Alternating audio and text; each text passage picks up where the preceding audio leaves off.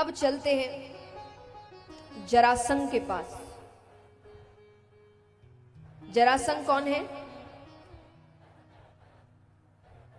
कंस के ससुर।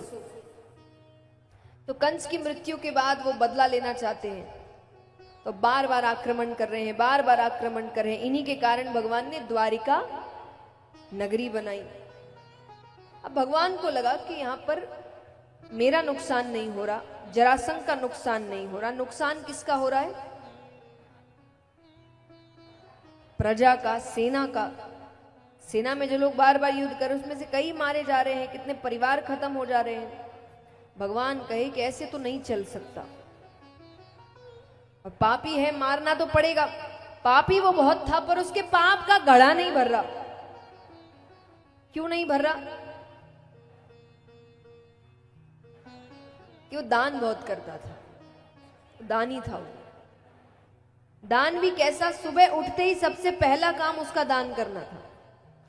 और दान भी कैसा? जो मांग लो वो मना नहीं करेगा। अगर उसके बस की चीज है तो वो मना नहीं करेगा। दान करने से कहते हैं आपके पाप कटते हैं।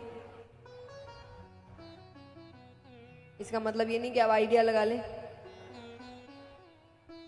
कि ये अच्छा तरीका है, पाप करो दान करो, पाप करो दान करो। नहीं, ऐसा नहीं है। दंड तो मिलेगा, और वो ज्यादा भयानक दंड होता है। मैं हमेशा कहती हूँ, बच्चे ये खास करके समझते होंगे कि माँ बाप आपकी छोटी छोटी गलतियों पर डांट दे, वो ज्यादा अच्छा है ना कि 10 गलतियों के लिए एक साथ डांट पड़े, क्योंकि वो डांट ज्यादा भयानक होती है। और छोटी छोटी गलती के लिए चुटपुट चुटपुट डांट पड़ जाए चलता है, लेकिन वही वो एक बार कुछ नहीं बोल रहे, 2 बार 3 बार, वो एक साथ जब, तब तकलीफ ज्यादा होती है।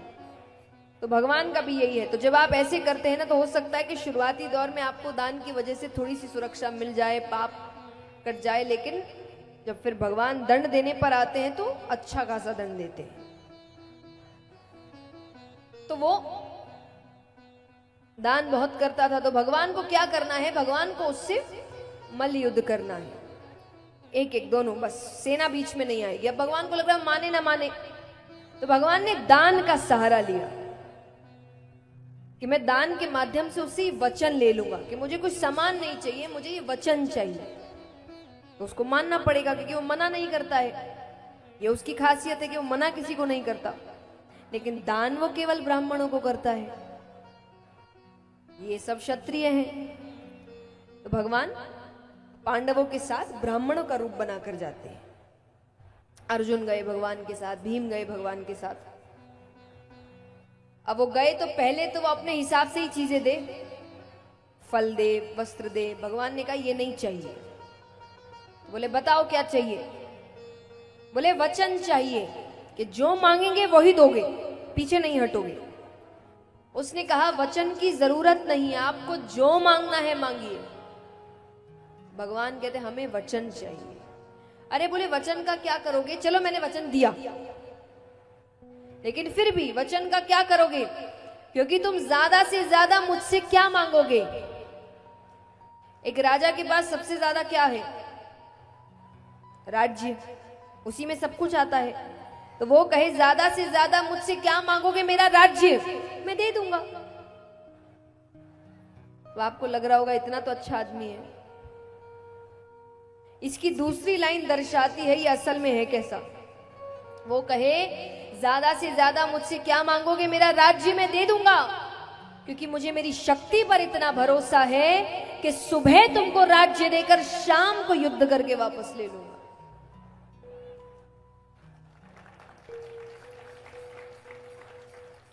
अब वो अपनी तारीफ कर रहा है कहीं ना कहीं, मैं ये मैं वो। अब अर्जुन अगर खड़े हैं, वो भी भगवान के साथ, उनको तो सहन ना हो कि भगवान के होते हुए तारीफ किसी और की हो रही है। अर्जुन को क्रोध आ गया। तो क्रोध में आकर उन्होंने कहा जितना कहा जाए उतना ही करो।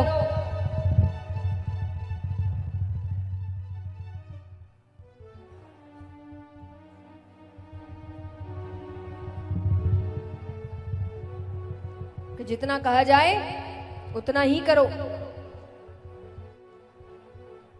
अब यहां पर अर्जुन क्रोध में आ गए जरासंध के सैनिक इत्यादि भी आ गए। जैसा मैंने कहा, देखिए दान से कब तक बच सकते हैं? अगर आप मन से दान नहीं कर रहे हैं और आप किसी चीज का बचाव लेने के लिए कर रहे हैं, वो गलत है। जैसे मैंने कहा ना कि सुपात्र को करो। आप जिनको दान कर रहे हैं वो भी दान के लायक होने चाहिए, जिनको सच में सहायता की जरूरत है, और आपका मन भी अच्छा होना चाहिए कि आप मन से सहयोग करना चाहते हैं। यहां दोनों ही चीजें जरासंध के पास नहीं है। जरासंध के मन में अच्छे भाव नहीं है, एक तरीके से उसके लिए बचाव है, अच्छे भाव थोड़ी है। अच्छे भाव होते दूसरी जगह वो गलत कार्य थोड़ी करता, इतना पाप थोड़ी करता। तो इसीलिए दान का पहले भी अर्थ यही था कि सुपात्र को करो और अच्छे मन से करो, कि मन से किया हुआ 1 रुपया भी विशेष फल प्राप्त देता है और बिना मन से किया हुआ 1 लाख भी फल प्राप्त नहीं देता, क्योंकि मन से नहीं, आपकी इच्छा ही नहीं है करने की। तो इसीलिए मैंने बार बार यही कहा है कि इच्छा से 1 रुपया भी करे तो बहुत सहयोग मिलता है। तो यहां पर अब अर्जुन को क्रोध आता है, तो अर्जुन ने क्रोध में आकर कहा कि जितना कहा जाए उतना ही करो। अब जो कहा वो गलत नहीं किया, पर जो हाथ दिखाया वो गलत कर दिया, क्योंकि भगवान ने 4 वर्ण बनाए हैं कर्म अनुसार। कौन से वर्ण हैं?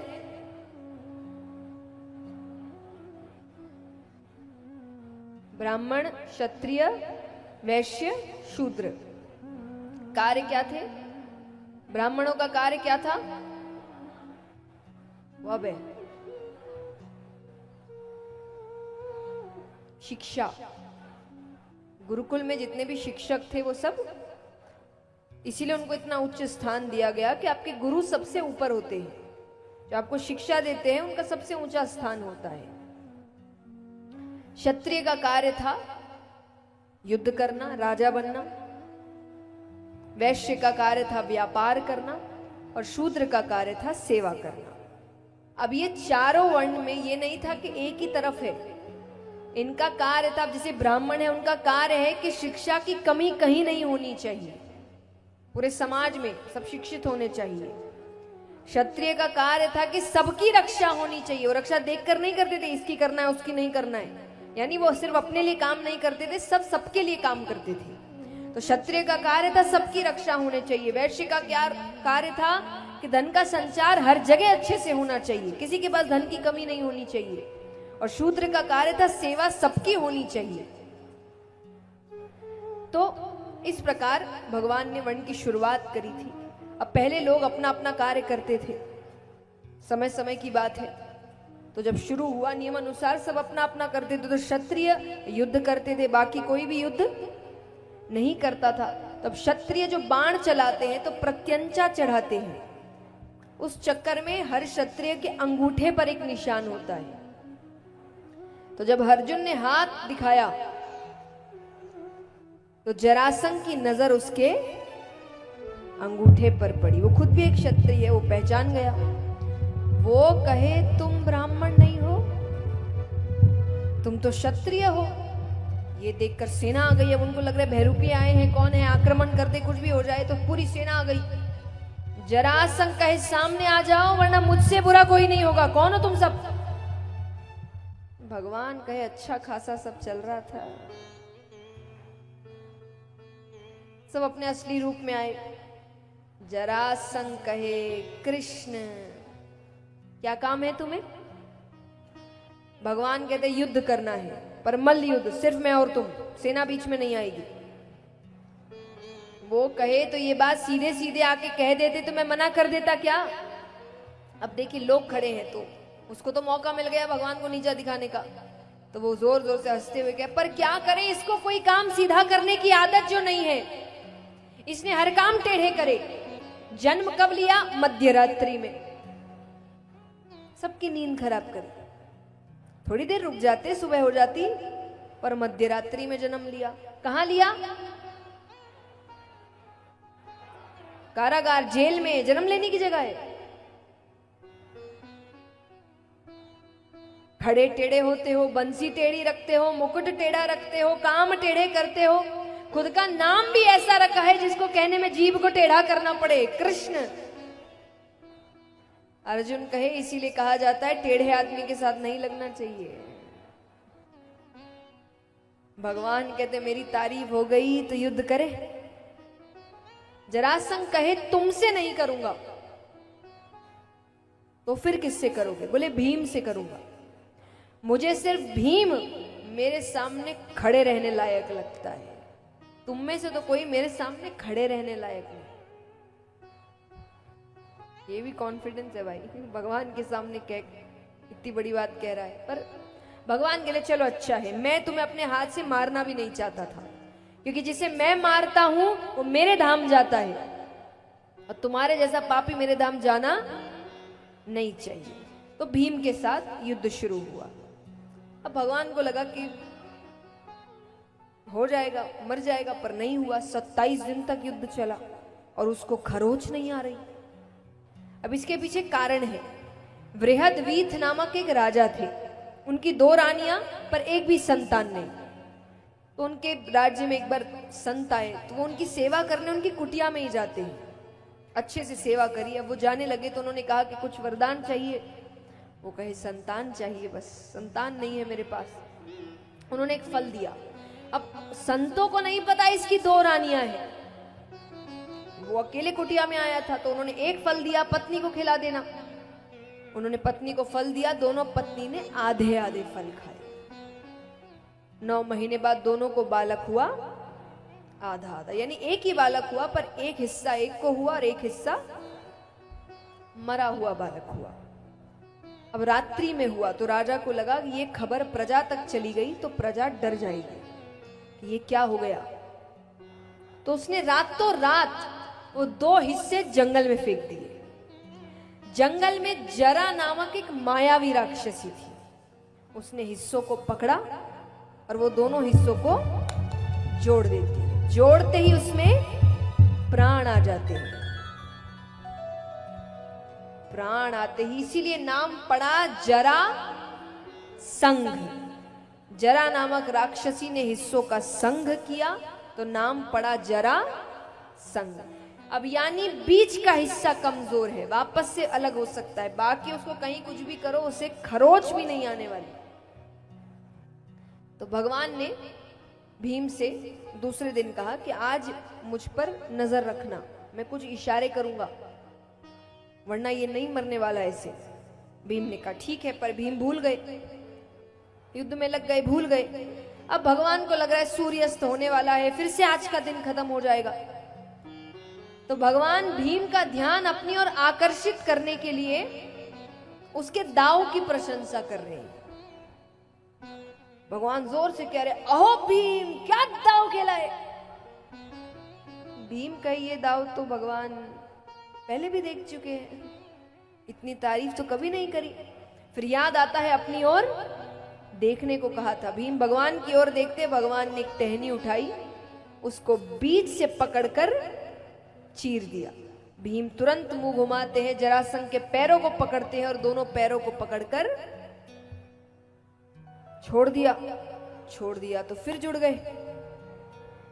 अब वो भगवान की ओर देखे, भगवान कहे पहले ही पूरा देख लो, इतनी जल्दी है सर घुमाने की। भगवान ने फिर पैरों को पकड़ा और चीरते हुए 2 विपरीत दिशाओं में फेंका कि अब वो सामने नहीं आने चाहिए। तो भीम ने पैरों को पकड़ा, चीरते हुए 2 विपरीत दिशाओं में फेंका। इस प्रकार जरासंध का वध होता है।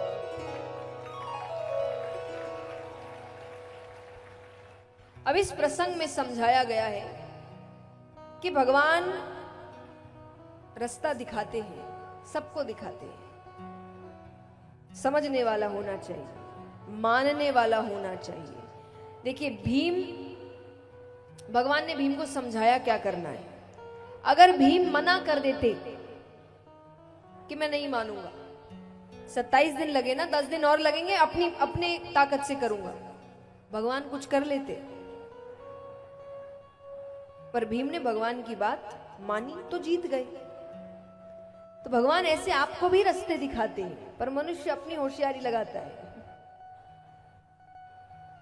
पर असलियत तो यही है कि भगवान जो सोचते हैं वही होता है। इसलिए रास्ता भगवान सबको दिखाते। बारात के बाद वरमाला, तो सब भगवान से क्या कह रहे हैं? ओ झुक जाओ, झुक जाओ, झुक जाओ नंद जीरा लाल, झुक लो पड़सी।